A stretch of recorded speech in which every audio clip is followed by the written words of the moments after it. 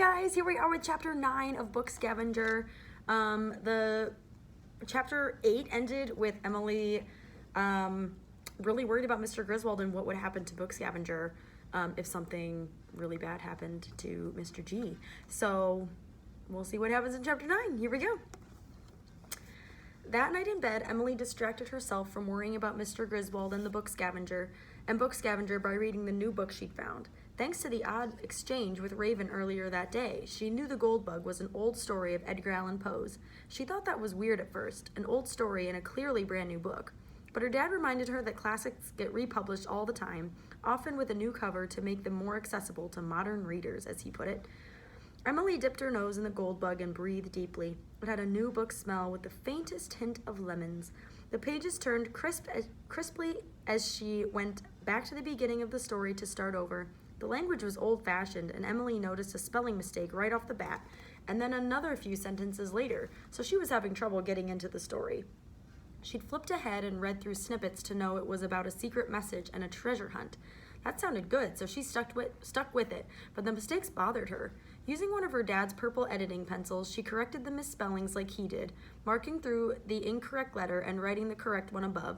Some people thought it was strange or even destructive to write in books, but it was a habit Emily had picked up when she was 7 and used to play editor while her dad worked. Back then, she mostly wrote nonsense or drew pictures of cats, but now her notes made up a reading of diary of sorts. Emily sighed in frustration as she came across what was probably the 20th typo. From the ceiling, she heard a thud, then 3 fast thuds, followed by another thud. That was the signal she and James had agreed on when they made up their secret language earlier that day. It meant a bucket message was coming. Emily crossed her room and slid open her window. For their secret language, they had decided on a substitution cipher. James knew from keyboarding class that the sentence, "The quick brown fox jumps over the lazy dog," used every letter in the alphabet, so they made that their cipher key.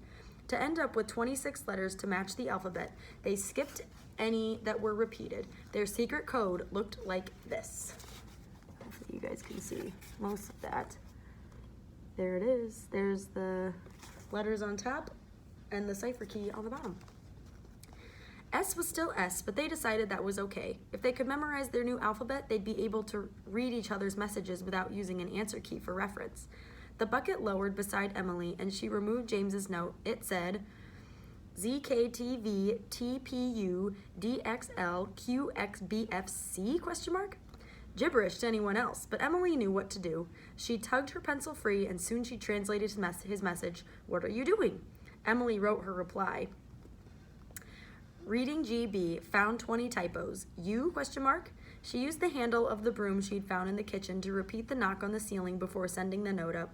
James's reply came a few minutes later. Homework. Can I see GB? Emily placed the book in the bucket. While she waited for James to send it back, she thought about how weird it was for a book to look so perfect on the outside, but have so many mistakes on the inside. Whoever made it must not have hired someone like her dad to fix the errors. James knocked, and the bucket lowered to her window.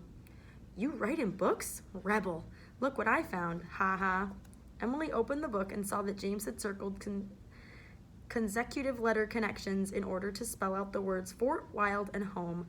Leave it to James to turn a bunch of boring typos into a crazy word search game. She sent him a note back. You and your puzzles, smiley face. Sunday morning, Emily woke to the sound of someone bowling outside her room. She groggily shifted under her covers. Wait, did she just hear someone bowling? She threw off her sheet and cracked her door just in time to see Matthew careening towards her on his skateboard. Breakfast, he hollered as he coasted by, beating her on the forehead with a plastic-wrapped muffin. He skidded to a stop in front of his own room. Emily picked up the blueberry muffin from the floor. You're such an idiot, she snapped. Don't repeat that, by the way. Tough break for you then, Matthew said with a shrug. Same gene pool. Emily shuffled to the kitchen. It was a narrow room with a small table squeezed in at one end. Where's Mom? She asked her dad, who sat at the table surrounded by sections of newspapers. Out taking pictures for the blog. Already? They'd been in San Francisco less than 2 days. The blog won't create content for itself, I suppose, her dad murmured. Emily searched for a juice glass among the various moving boxes and bags that still cluttered the counter and floor, lost in thought about the gold bug. She'd made her way through the whole story last night. With every typo she found, she crossed out the incorrect letter and wrote the correct one above. On the last page of her handwritten correction spelled out the word belief. Even though she had teased James about his knack for spotting a puzzle anywhere, it kind of spooked her as if the book itself were trying to talk to her. But that would be crazy. Hey, Dad, when you're copy editing, have you ever noticed the typos spelling out a word? She found a juice glass and joined him at the table. Her dad unfolded the section he was reading and then refolded it in quarters so he could read a different part of the page. Emily poured herself some juice. You know how you cross out the incorrect letter and write the correct one above it? Have those corrected letters ever spelled out words? Not looking up, he said, they're already part of a word. No, what if the typos themselves were part of a second word too, made up of only the corrected letters that you wrote? That's never happened? You mean the corrections spell out a word by chance? Her dad looked at her, baffled. Then he gave a soft grunt like he was amused by the idea. That would be quite a feat. Unless you're talking about two-letter words like be or maybe the, I don't think it could happen. He gave it some more thought, then shook his head firmly. No, it would be impossible to do accidentally. Emily was about to tell him it wasn't impossible, and in fact had happened many times over in the book she was reading when her dad said, "Thought you'd be interested in this." He rifled through the stacks of paper and pulled out a folded-up section, a profile on Garrison Griswold today, and a little about Book Scavenger. Oh, let me see. Emily opened and closed her hand like a little kid wanting a toy. Her dad stood from the table and handed the paper to Emily with a smile. I love that you're so passionate about books and publishing. Speaking of, it's back to work for me. It's Sunday, Emily said. I need to make up for the time I took driving us out here so I can meet my deadline. No rest for the weary, but don't worry, we'll have a family adventure this afternoon. You do know adventure means something unusual and exciting, right? Emily asked her dad. He crinkled his nose and tilted his head in response, looking bemused.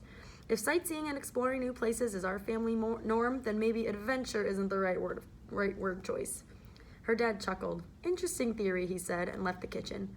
Emily unfolded the newspaper. A photo of Garrison Griswold accompanied the article. He stood in front of a Bayside Press building in the same burgundy and silver blue outfit James had described him wearing at the book carnival. Top hat, suit, and a walking stick, all in Bayside Press colors. He was a very tall man. From the photo, it looked like he'd have to duck to go through the front entrance if he had on his hat. He wore frameless glasses and had floppy silver hair and a salt and pepper mustache that was like a miniature duster broom balanced under his nose. Emily skimmed the article. Griswold moved to San Francisco Bay Area in 1952 at age 12. At the age of 18, propelled by his admiration for the Beat generation of writers, he moved out of his parents' house into the city itself. Inspired by Lawrence Ferlinghetty's endeavors and the City Lights booksellers and publishers, Griswold began publishing an alternative weekly paper called the Bayside Weekly, which eventually developed into one of the most prominent publishing companies in San Francisco. Also known for his spirit of fun, Griswold has been affectionately nicknamed the Willy Wonka of book publishing. In 2004, he launched a book trading game called Book Scavenger that has grown in popularity, amassing over 500,000 users in 16 participating countries, with an average of 100,000 books to be found on any given day. In addition to Book Scavenger, he's hosted several smaller-scale games around the city and occasionally in farther-off locations. Mr. Griswold had moved to the Bayside area when he was 12? Emily hadn't known that. She wanted to cut out Griswold's profile and photo, but she couldn't find any scissors. After rummaging through bags and boxes and yanking open kitchen cabinets and drawers, she sighed to the ceiling separating her apartment from James's. She bet the Lees had a specific location for scissors. All normal kids who didn't live like gypsies probably did. She bent the paper over the corner of their laminate countertop to rip it, but accidentally tore off the corner of Griswold's photo. She was about to flick the small piece into the trash bag hooked over a cabinet door, but stopped when she saw the Bayside Press logo on the building. She'd ripped right through it, the circular crest with the seagull soaring over water in front of a bridge. The logo wasn't new to her, but now it was like seeing it for the first time. Emily raced down the hallway to find her dad settling in front of the family computer.